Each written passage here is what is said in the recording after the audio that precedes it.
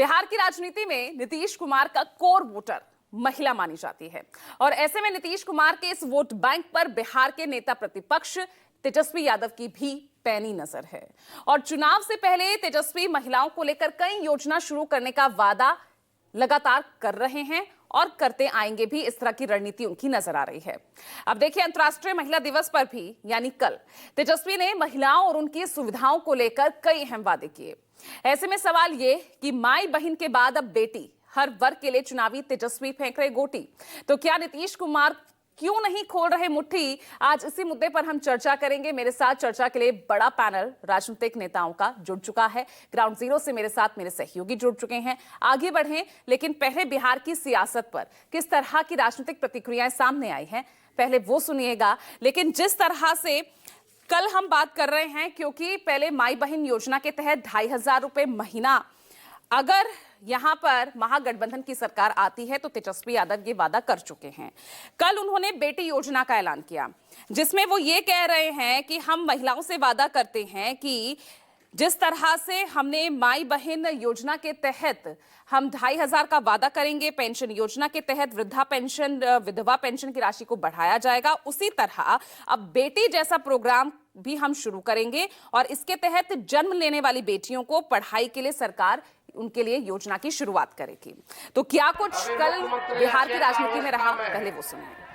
अगर अभी मुख्यमंत्री अचेत अवस्था में है, अगर मुख्यमंत्री जी से पूछा जाए कि उनका मंत्री कौन कौन विभाग के जरा नाम बता दीजिए तो नहीं बता पाएंगे।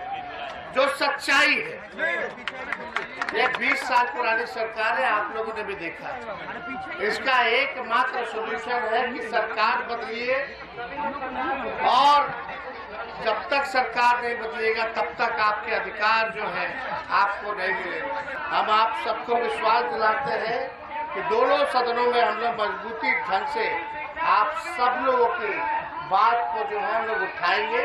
तेजस्वी जी मुख्यमंत्री का सपना मन में पाले हुए। अब सपना अगर देखे हैं वो, तो सपना देखना कोई बुरा चीज नहीं है, हम पहले भी कहते रहे, सपना वो देखें। लेकिन बिहार की जनता 15 साल तक उनके माता पिता के शासन को देख चुका है, जिस राज्य में कोई शासन नहीं था। लालू प्रसाद जी शासन किए, जब चारा घोटाला में वो जेल गए या जाने लगे तो उन्होंने अपनी पत्नी को मुख्यमंत्री बना दिया। तो एक तो कि वो परिवार से बाहर निकले ही नहीं, और अब अपने पुत्र को लेके आगे बढ़ रहे हैं। तो पति पत्नी पुत्र, यही तक पार्टी हो, क्या बिहार का भला करेगा। लालू जी के प्रतिनिधि हैं तेजस्वी यादव, नेता नहीं है।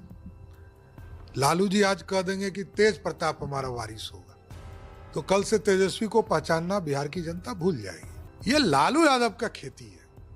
लालू प्रसाद जी के प्रतिनिधि के तौर पर काम कर रहे। पहले राबड़ी देवी काम कर रही थी, आज तेजस्वी यादव काम कर रहे हैं। स्वाभाविक है, इसलिए हम लोगों ने कहा कि बउआ है, बच्चा है।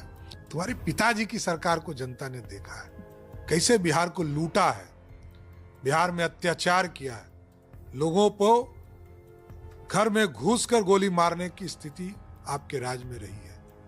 और आपकी बहन की शादी हो रही थी तो शोरूम से गाड़ियां खींच ली जाती थी। तो बिहार की जनता सब जानती है। मैं मानता हूं कि एक लंबे समय के बाद बिहार में भी डबल इंजन की सरकार की ये व्यवस्था हम लोगों को मिली है।